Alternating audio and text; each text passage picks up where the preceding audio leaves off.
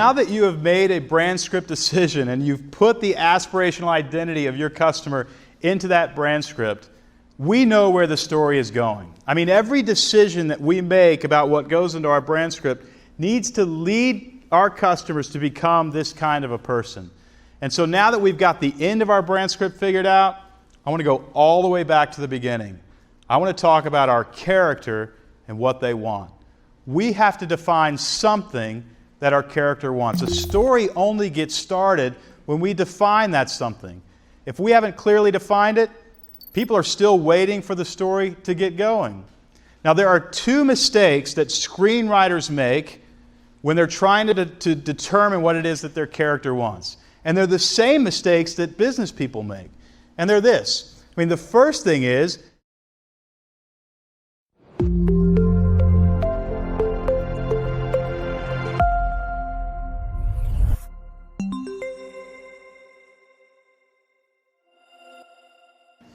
now that we've defined something that our customer wants, we've started the story. We've invited them into the story. But now we need to hook them. I mean, we really need to suck them into this story. And the way we do that is we define a problem. We need to find something that is keeping them from getting what they want. People are motivated to solve problems. That's why we've got to include a problem in our brand script. In fact, the way your customer's brain works, your customer actually has a Rolodex in their brain. And when you hand them your business card, you think they're going to put that business card in an alphabetical listing in the old Rolodex in their brain, right? That's not what they do. They look at your company and they file your company in their brain under a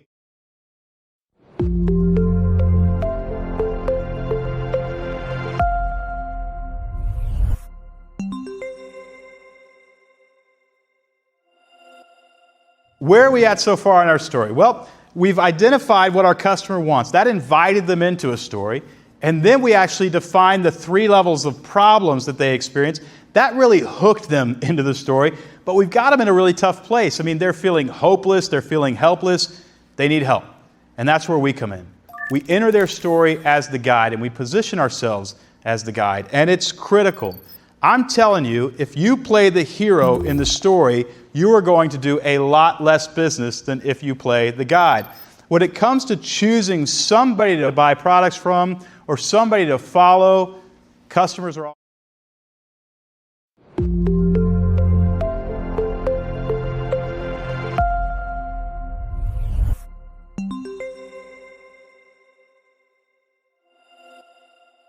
So let's think about the journey that our customers are on. Let's recap. We identified something they want. That got the story started.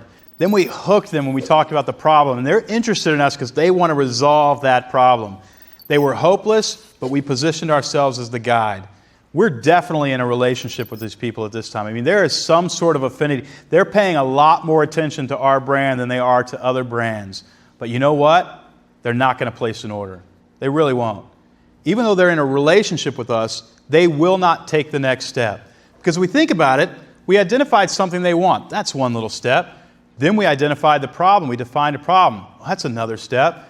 And then they're drawn to us because we're the guide. Oh, I definitely want you to be my guide. But then we said, now I want you to place an order.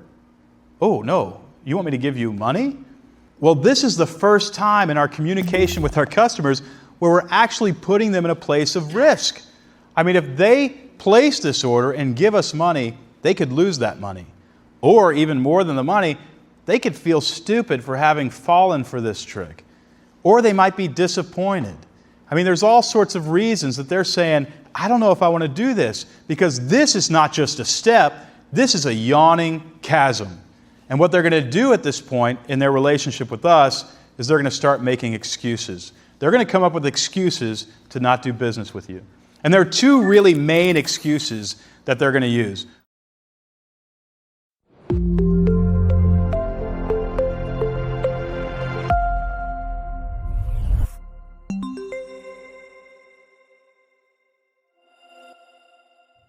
Now that we've given our customers a plan, I mean, we've given them 3 or 4 steps that they can take in order to do business with us, we need to actually ask them to do business with us. People respond to direct calls to action. It's true in stories too. You know, heroes don't take action on their own. I mean, if you have a hero in a story and the hero knows, I've got to lose 30 pounds, and the next scene, they look at themselves in the mirror and they just say, you know what, I'm going to do it. Well, technically, you have the beginning of a story. I mean, you have a character that wants to do something, and that's a story. However, people will hate this story because intuitively, we know that's not how life works. People don't just change their life automatically. They have to be forced to change their life. They have to be challenged. And so screenwriters use a tool called an inciting incident. It forces the hero into action. So instead of looking in the mirror, you have your hero and he's walking through the grocery store and he's got a big gallon of ice cream right here, say 2 gallons of ice cream, and he turns the corner and there is his high school crush from 20 years ago, and she's a yoga instructor, and they stop and have a conversation, and she's asking, are you going to be at the high school reunion? And he's like, yeah. Now we've got an inciting incident that would cause him to want to lose 30 pounds. You're going to see it in every movie that you see probably from here on out. That inciting incident that forces the hero into the story. Now we have a character that has to take action in order to get what he wants. Well, that'll help you if you want to write a screenplay, but the more important point is this. The principle there is that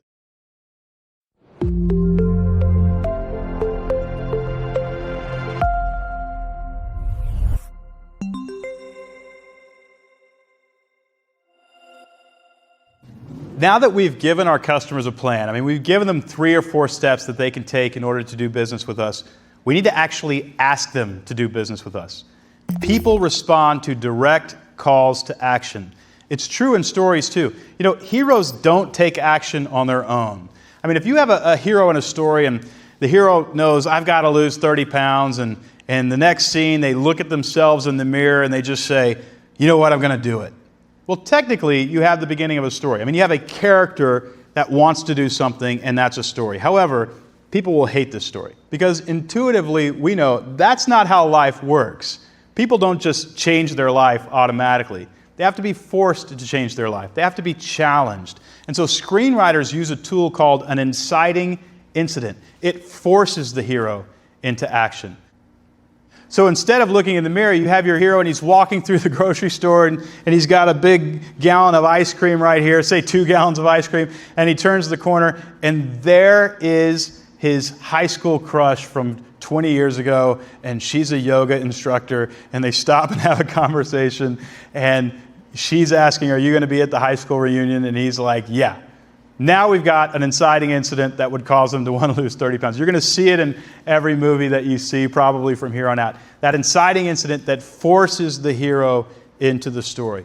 Now we have a character that has to take action in order to get what he wants. Well, that'll help you if you want to write a screenplay, but the more important point is this. The principle there is that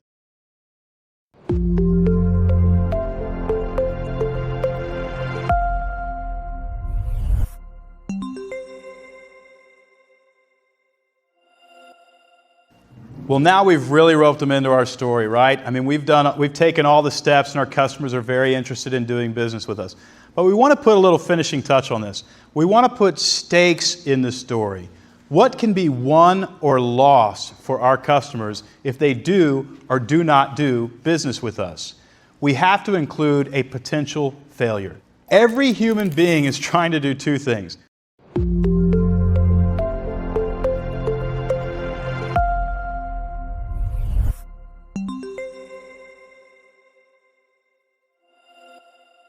The first part of our brand script that we want to figure out is actually the last thing on the brand script. I mean, physically, when you look at it, it's the last section of the brand script.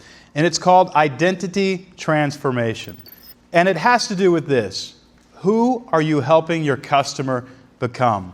All stories are really about transformation.